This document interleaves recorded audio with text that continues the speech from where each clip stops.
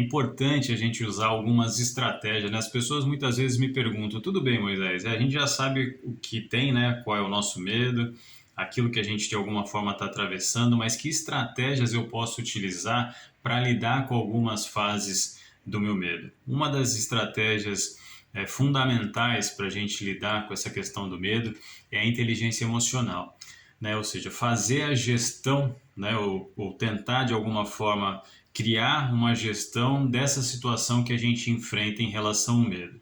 É importante primeiro salientar que existem algumas fases, né, que a gente pode colocar em relação ao medo. Uma delas é a prudência. É uma das fases do medo. A gente tem a fase da cautela, né? Essa é uma outra fase do medo. Essas duas fases são importantes, por quê? Porque elas mostram, elas dão sinais para que a gente possa de alguma forma lidar com aquela questão que a gente está sentindo. Então não necessariamente é algo ruim a gente ter prudência, a gente ter cautela, por quê? Porque isso faz com que a gente de alguma forma se planeje melhor para executar aquelas atividades com as quais a gente tem medo, ou para de alguma forma lidar com aquelas questões que estão nos apavorando, como de repente se aproximar de uma barata. Isso vai fazer com que a gente crie, né, um planejamento, isso vai fazer com que a gente crie alternativas, formas de lidar com essa situação. Por exemplo, se o nosso medo for o medo, por exemplo, de falar em público, a gente vai se preparar melhor para lidar com essa questão, né, de falar em público, ou de dirigir um carro, ou de subir num avião. A gente vai buscar ferramentas para de alguma forma passar por essa questão. Então, quando a gente pensa na cautela, quando a gente pensa na prudência, são fases que não estão nos atrapalhando. Já quando a gente começa a avançar da prudência e da cautela na direção do alarme, aí sim, como o próprio nome diz, a gente já começa a criar um alarme. São fases daqui para frente que vão de alguma forma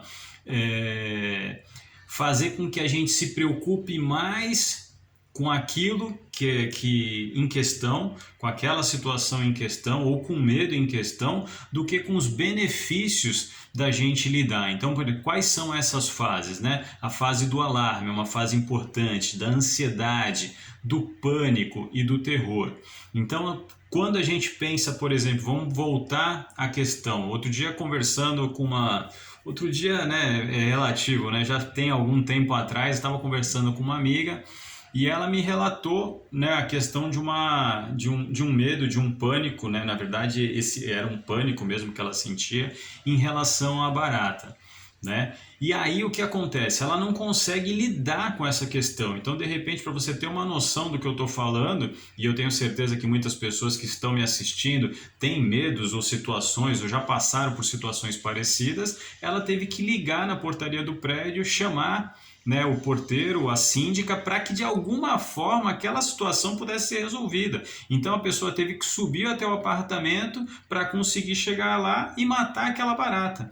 Para algumas pessoas isso é quase impensável, né? Ou seja, de repente você vê uma barata ali, você vai lá e mata a barata, né? Ou você espanta ela, ou você tira ela, ou você joga remédio nela, ou você resolve aquela situação de uma forma tranquila. Por quê? Porque você não avança algumas fases com relação a esse medo específico. Só que no caso dela, era um pânico, né? Ou seja, aquilo que ela sentia. Por quê? Porque isso estava ligado a algumas questões que ela tinha passado, né, na infância e em outras situações que de alguma forma tinham feito com que aquele medo se tornasse realmente aterrorizante, algo com o qual ela não conseguia lidar. E um medo que de alguma forma ela projetou na filha. E isso acontece muito. Muitas vezes a gente tem alguns medos e a gente acaba projetando esse medo nas pessoas que a gente mais ama. Então, por isso é importante a gente entender, né, como a gente pode fazer, primeiro assim, a gestão desse medo, de que forma que a gente pode atuar para evitar que esse medo se torne, né, algo ruim nas nossas vidas, que ele nos paralise de alguma forma. E entender quais são essas fases, quais são as fases do medo. Então tem lá novamente a prudência e a cautela, são fases importantes, porque fazem com que a gente se planeje, fazem com que a gente crie condição de enfrentar aquela situação de alguma forma. Já quando a gente entra na fase do alarme, da ansiedade, do pânico pânico e do terror, aí sim a gente vai ter, né, alguns desafios que são desafios muito maiores. Por quê? Porque normalmente são fases que de alguma forma nos limitam, elas não permitem que a gente avance, a gente acaba de alguma forma ficando paralisado e não consegue executar aquela atividade, seja ela qual for. E muitas vezes a atividade que para alguém parece extremamente simples, mas para você é extremamente desafiadora. Quando a gente está nessa fase, por exemplo, nessas fases do alarme, da ansiedade, do pânico e do terror, é importante se perguntar: o que verdadeiramente eu estou sentindo? Então, assim, você está lá de frente para a barata. O que você sente verdadeiramente? É medo? É frustração? É nojo? É raiva? Insegurança? Tristeza? Pânico? O que você está sentindo em relação àquilo? Então é importante que você se pergunte, que você dê um nome para isso, que você de alguma forma crie um rótulo para essa situação, porque muitas vezes não é medo o que você está sentindo. Você criou um rótulo e aí você colocou lá, é medo. Eu tenho medo de voar de avião, eu tenho medo de falar em público, eu tenho medo de enfrentar uma barata, eu tenho medo de dirigir um carro, mas certamente, e é possível que seja assim, existem outras palavras que podem caracterizar muito melhor essa sensação que você sente. Por exemplo, já teve casos de pessoas me relatarem a questão do medo de falar em público. E quando você vai, de alguma forma, buscando identificar, né, esse medo, muitas vezes não era medo. De repente era uma questão de pânico ou uma insegurança muito grande, o que os outros vão pensar, medo de alguma forma se sentir criticado, né? Quando você migra para a questão da barata, como a gente já falou, muitas vezes não é medo em si, mas é nojo, né, daquele ser, né, daquela barata. Então, assim, a sensação é outra, e é preciso que a gente rotule isso de alguma forma, né? Seja lá o medo de voar, né, o medo de dirigir um carro, seja lá qual for o medo de se relacionar, qual é o medo, né? Qual é a sensação, na verdade? Qual é a sensação que você tem quando você se vê, quando você se confronta com aquela situação? Então, entender isso é fundamental e criar verdadeiramente um rótulo para essa situação. Aí a gente tem uma outra situação. A partir do momento que a gente cria um rótulo e que a gente entenda verdadeiramente o que é que você está sentindo em relação àquilo, é você se perguntar: é real? E aí você vai olhar para mim e vai falar: pô, mas é claro que é real. Eu sinto, eu estou ali, eu estou me deparando com essa situação. Tem como eu olhar para essa amiga minha e dizer que não é real o que ela está sentindo ali em relação à barata? Tem como eu olhar para uma cliente minha e dizer para ela: não, você não sente isso, que você não tem medo de dirigir, ou você não tem medo de voar, ou você não tem medo de falar em público? Não existe essa possibilidade. É claro que a pessoa está sentindo aquilo de alguma forma, mas aí a gente precisa trabalhar isso de uma forma mais inteligente, usando as emoções, não contra nós, mas ao nosso favor. E aí entender se é real. Então é real? Aquilo que você está sentindo de verdade é real?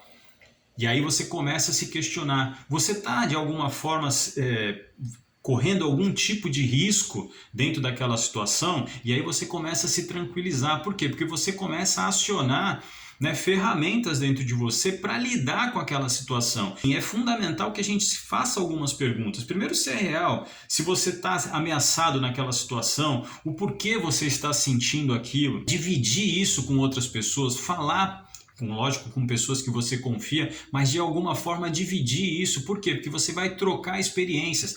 Nessa situação mesmo, quando eu comecei a conversar com essa pessoa por telefone, eu percebi nitidamente que ela começou a ficar tranquilizada. Por quê? Porque eu comecei a fazer alguns questionamentos e ela foi percebendo de uma forma factível que o que ela sentia não era verdadeiramente aquele terror, e ela começou a parar, ela começou a se colocar naquela situação, e o principal, ela começou a respirar. Quando a gente sente medo, ou quando a gente entra nos estágios de pânico, de terror, de ansiedade, de alarme, uma das primeiras coisas que a gente faz é parar de respirar, ou é respirar de forma não adequada. E isso só vai ampliando aquela sensação, até que chega um ponto que você não aguenta e de repente pega o interfone e liga para que alguém possa solucionar aquele problema para você. Ou você começa a se deparar com uma situação de repente pilotar um carro ou entrar num avião e você começa a buscar cada vez mais situações,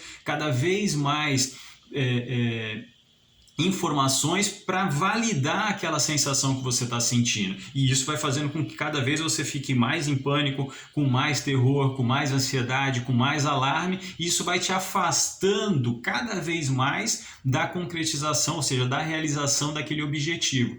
Então, pontos importantes. As fases. Quais são as fases novamente? Prudência, cautela, alarme, ansiedade, pânico e terror.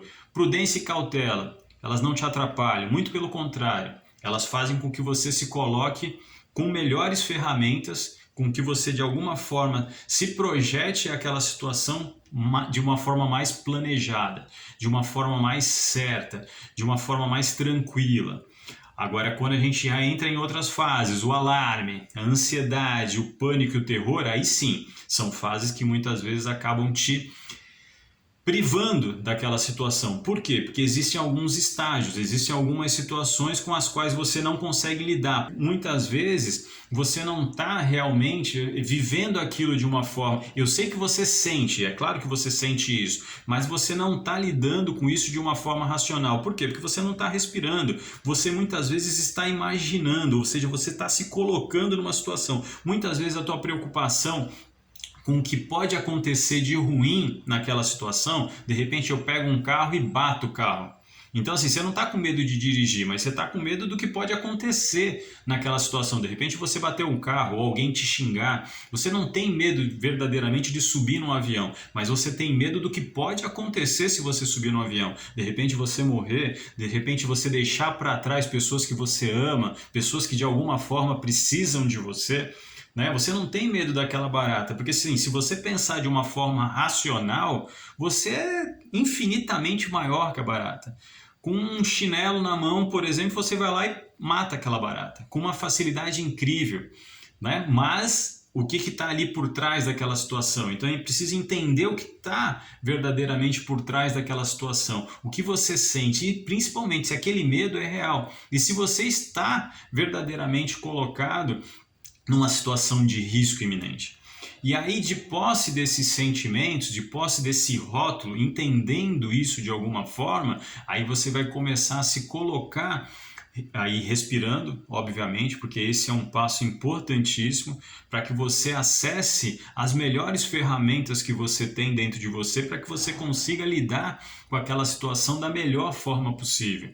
E aí você vai se colocar em situações quando esse terror, quando esse pânico, quando esse sentimento de raiva, de insegurança, de medo, frustração, de nojo, de tristeza passar e vai passar, aí você vai se colocar numa situação do que você poderia estar vivenciando caso você transpusesse, caso você de alguma forma conseguisse transpor esse medo que você sente. E aí você vai se colocar verdadeiramente pensando no que? Imaginando o que?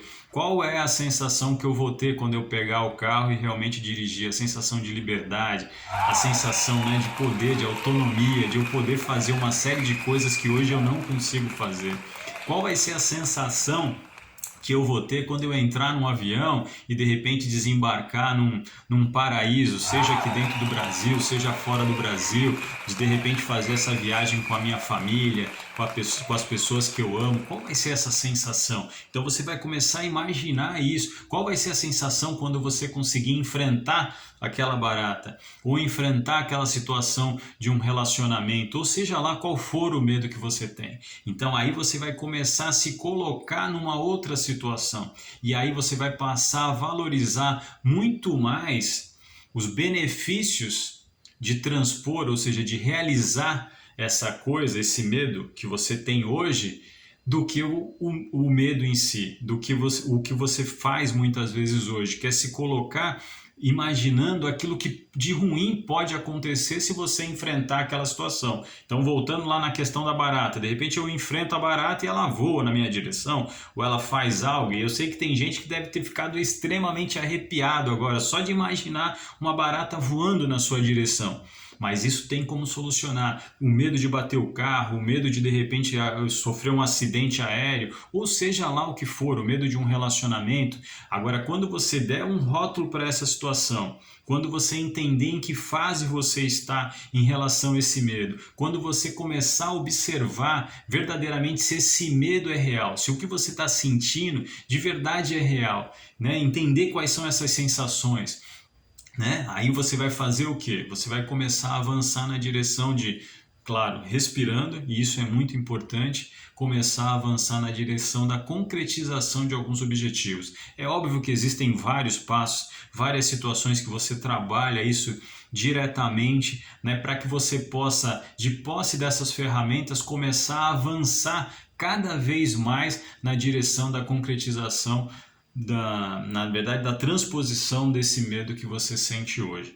Então isso é fundamental a gente entender isso, a gente entender o quanto a inteligência emocional pode nos ajudar. Por quê? Porque através da inteligência emocional a gente acessa ferramentas racionais de dentro do nosso cérebro, de dentro do nosso organismo, situações que já estão conosco, e a gente consegue de alguma forma avançar e consegue parar de sentir esse medo que de alguma forma vem nos paralisando e vem evitando que a gente tenha autonomia, que a gente possa ser feliz, porque é óbvio que quando você tem algo que te paralisa, que não te permite avançar, isso vai te deixando triste, isso vai fazendo com que você não fique feliz, isso de alguma forma te impossibilita de uma série de coisas. E é óbvio que não é isso que a gente quer, né? A gente quer realizar as coisas, a gente quer se ver feliz, a gente quer ver fazendo uma série de situações. Não é à toa que algumas pessoas utilizam algumas ferramentas que são sensacionais, né, de realizar situações, que são aquelas 100 coisas que eu vou fazer antes de eu morrer,